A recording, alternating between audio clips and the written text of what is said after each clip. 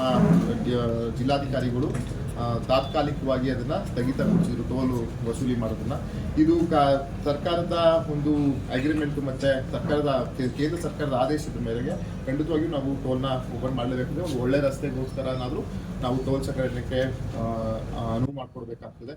ಅದೇ ರೀತಿ ಸುಮಾರು ನಮ್ಮ ಪ್ರಗತಿಪರರು, ನಮ್ಮ ಕನ್ನಡ ಸೇನೆಯವರು, ನಮ್ಮೆಲ್ಲ ರೈತ ಸಂಘದವರ ಸುಮಾರು ಅವರ ಬೇಡಿಕೆಗಳನ್ನ ಮನ್ನಿಸಿ ತಾತ್ಕಾಲಿಕವಾಗಿ 3 ತಿಂಗಳು ಟೋಲ್ನ ನಾಳೆಯಿಂದ ಬುಧವಾರದಿಂದ ಟೋಲ್ ಸಂಗ್ರಹಣೆಯನ್ನ ನಾವು ಮಾಡ್ತಾ ಇದ್ದೀವಿ. ಜಿಲ್ಲಾಡಳಿತ ಎಲ್ಲ ಒಂದು ಒಟ್ಟಿನ ಜಿಲ್ಲಾಡಳಿತ, ಜಿಲ್ಲಾ ಪೊಲೀಸ್ ಅವರ ಎಲ್ಲ ಒಂದು ಒಟ್ಟಿನ ತೀರ್ಮಾನದ ಮೇರೆಗೆ ನಾವು ನಾಡಿನಿಂದ ಶುರು ಮಾಡ್ತಾ ಇದ್ವಿ. ಅದು ಕಂದಲಿಯಿಂದ ಬಾಳುಪೇಟೆವರೆಗೂ ಆ ಸುತ್ತಮುತ್ತ ಬರುವಂತಹ ರೈತರಿಗೆ, ಹೈವೇ ಅಕ್ಕಪಕ್ಕ ಇರುವಂತಹ ಗ್ರಾಮದ ರೈತರುಗಳಿಗೆ ಉಚಿತವಾಗಿ ಇರ್ತದೆ. ಯಾವುದೇ ರೀತಿಯ ನಾವು ಟೋಲ್ ದುಡ್ಡನ್ನ ನಾವು ವಸೂಲಿ ಮಾಡದ. ಅಕ್ಕಪಕ್ಕ ಹೈವೇ ಅಕ್ಕಪಕ್ಕ ಇರುವಂತಹ ಗ್ರಾಮದ ರೈತರುಗಳಿಗಿರ್ಬೋದು, ಮತ್ತೆ ವಾಹನ ಸವಾರರಿಗಿರ್ಬೋದು, ಮತ್ತೆ ಹೇಳ್ತಾ ಇದ್ದೀನಿ, ಕಂದಲಿಯಿಂದ ಬಾಳುಪೇಟೆವರೆಗೆ ಅವರಿಗೆ ಯಾವುದೇ ರೀತಿಯ ಒಂದು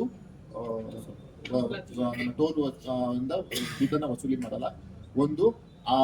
ಇದು 3 ತಿಂಗಳ ಒಂದು ಅವಧಿಯ ಟೆಂಡರ್. ಹಾಗಾಗಿ ಟೆಂಡರ್ಗಾರರಿಗೂ ಸಮಸ್ಯೆ ಆಗದ ರೀತಿಯಲ್ಲಿ, ಸಾರ್ವಜನಿಕರಿಗೂ ಸಮಸ್ಯೆ ಆಗದ ರೀತಿಯಲ್ಲಿ ಇವತ್ತು ನಾವು ಒಂದು ಜಿಲ್ಲಾಡಳಿತದಿಂದ ಮತ್ತೆ ನಾವೆಲ್ಲ ಸೇರಿ ಒಂದು ಅನುವು ಮಾಡಿಕೊಟ್ಟಿದ್ವಿ. ಸಾರ್ವಜನಿಕರು ಸಹ ಇದಕ್ಕೆ ದಯಮಾಡಿ ನಮಗೆ ಸಹಕರಿಸಬೇಕು, ಜಿಲ್ಲಾಡಳಿತ ಜೊತೆಗೆ ನೀವು ಸಹಕರಿಸಬೇಕು.